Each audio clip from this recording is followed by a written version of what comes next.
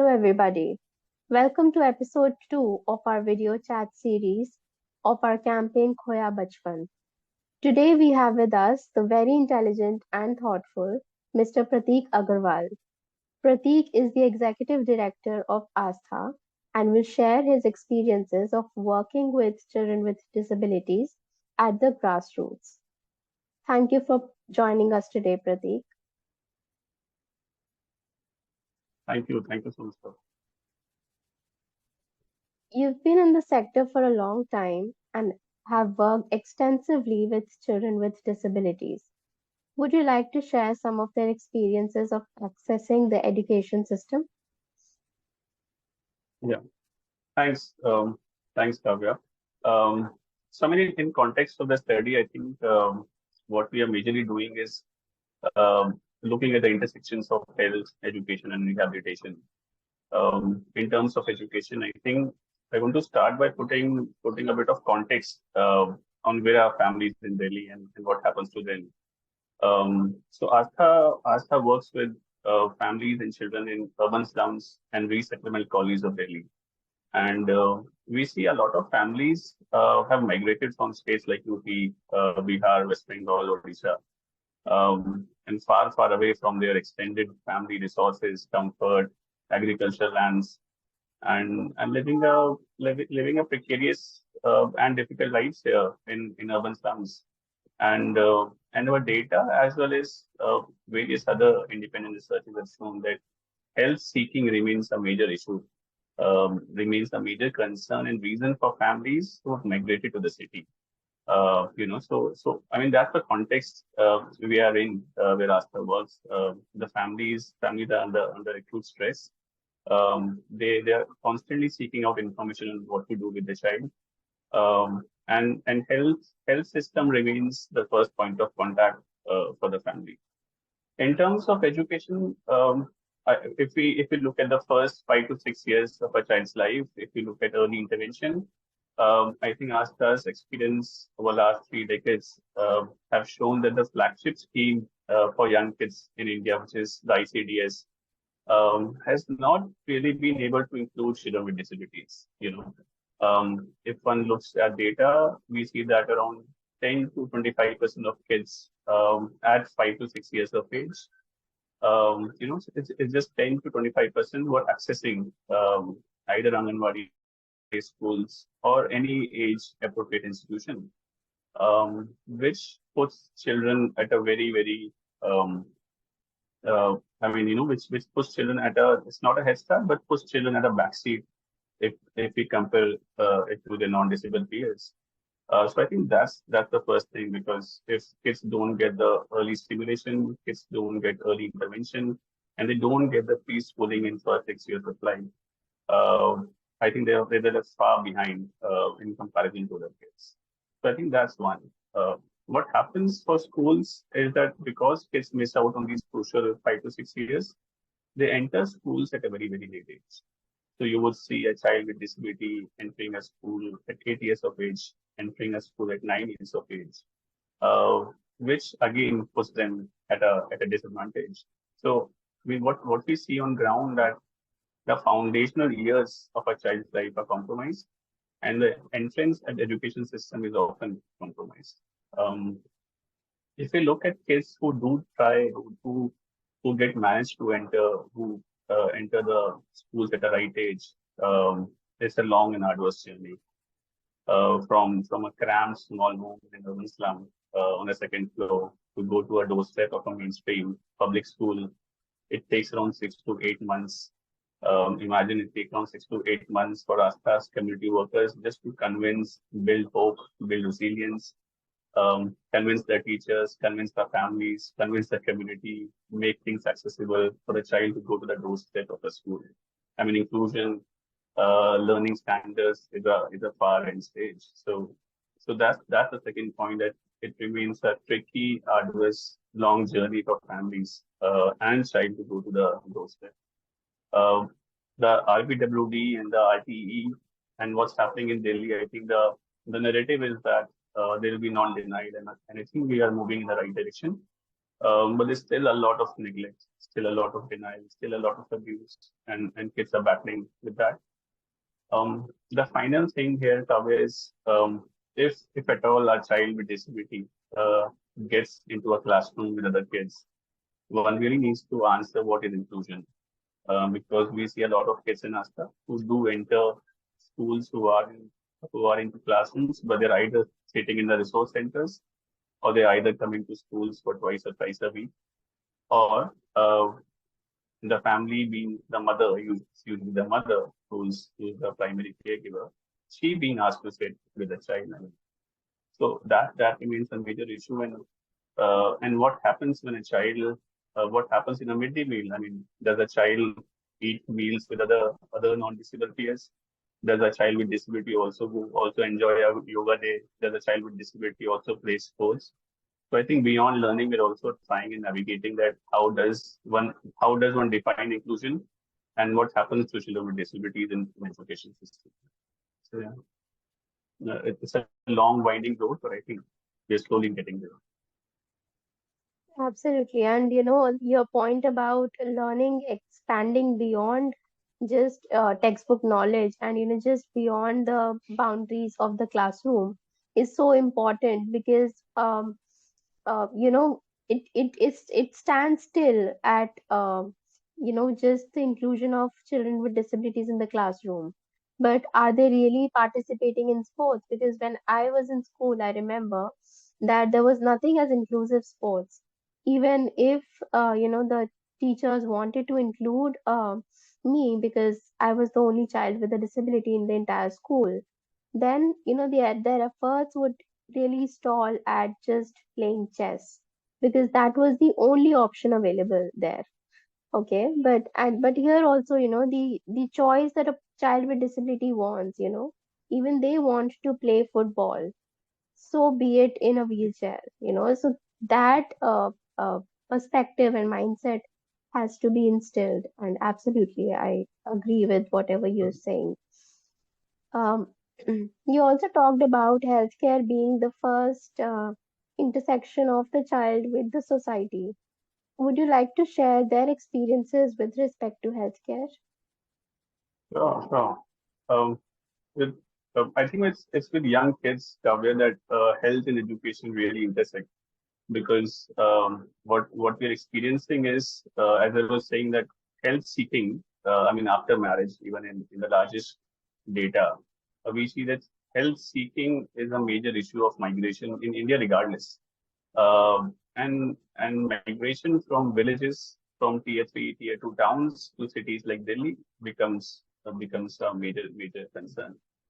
And also, the health system is the first point of contact for a family of a child with disability, because they're constantly trying to know what's happening. A lot of families are also trying to figure out how can they make it better, how can and also understanding the nuances and conditions associated with the child, because every family, every child, every parent wants a child to be so-called walk, talk, and lead a so-called normal life. I mean, the issue is that they don't find answers. I mean, ASTHA's reports, ASTHA study, independent studies have shown that families of children with disabilities go to at least 5 to 7 hospitals in a space in city like Delhi, just trying to figure out what is happening. What we see on ground is pure desperation and a call to understand what is happening to my child, and what can they do to make it better. So I think this entire phase, what I call ease of access for children with disabilities, needs to be solved. And when I say ease of access, it means physical disability, physical accessibility, but also the stigma and the know-how around it, because we really don't know that what do doctors and medical professionals know about disability. So just to give you an example, if one looks at all young kids in ASTHA, one would find that delayed birth cry is probably a significant factor, if not the only one, which tells that there are some underlying conditions, or the child may have some severity of disability or have some complications, or development delays. But we don't know what are doctors and medical professionals doing, or at least counseling the families on what could happen. Another I mean, another public health situation we see with children is let's say something called pneumonia. I mean, pneumonia remains a giant killer in India for kids below 5 years of age. And children with disabilities, children with CP especially, with compromised respiratory systems are again very susceptible and vulnerable to it. So I think we really need to see that need to bring the rehab and health part together. The fact that what research is trying to say that need to probably bring the public back in public health, and also study the determinants of health because disability remains a crucial determinant. So I think Kavya, that's one on how the health systems counsel and track and refer a parent. The second is we believe in ASTHA's experience this responsibility of primary healthcare system to screen a child. In past 3 years, in ASTHA alone, we have done around 1,500 screenings of infants and children below 3 years of age. And we are a very small organization, but 1,500 is a huge number for us. And we found that around 8 to 10% of kids have had either disabilities or chronic health conditions or acute malnutrition. So I mean, it's a huge number we are missing out on. I mean, one needs to, we're also reflecting and thinking that if this 1,500 is just in the areas we work with, in the urban slums and resettlement colonies, in one part of a district, what are we missing on? I mean, there's so many thousands and lakhs of kids who don't get early identification. And the biggest roadblock for health seeking is data. Um, we don't know what's the vaccination rate amongst children with disabilities. We don't know what is the link between mortality and child health. So I think the absence of data of health indicators amongst children with disabilities is a huge one. I would just want to close this with giving an example of malnutrition because we see malnutrition and disability even in ASTHA. I mean, with the young kids we work with, it's very intimately interlinked. I mean, malnutrition and disability can be both a cause and consequence of each other. You know, I mean, malnutrition can lead to disability, disability can lead to malnourishment. They can also be a cause, also as well as implications of each other. Um, Yet we don't know what is the percentage of kids who have disabilities have malnourishment. So I think this health indices data of children with disabilities will only lead to robust policy making. And that's the argument we're making in research that if we don't address the health part of it at a very young age, one, it leads to compromised education and then that has lifelong consequences. As you also shared your experience of education and sports. Yeah. Absolutely. And the way you highlighted how certain conditions can go on to become disabling, I think that is a very pertinent point because we still have a very restrictive and very closed boxed understanding of disability that, only a certain number of conditions can be disabilities. But, anything and everything that impairs one's functioning in daily life can have can lead to disabling experiences, and I think that is a very important takeaway from this question. Coming to the final question for today, Astha has also worked with children with disabilities in Gorakhpur, and it would be great if you could share some of Astha's experiences with respect to that. So Gorakhpur, I think the Gorakhpur experience was interesting yet a tragic one. I mean, it's mind-boggling and mind-numbing to see what was happening in the city. Um, so this was 5 years ago, Kavya, I think, when there was huge furor on the deaths with a mystery disease called encephalitis.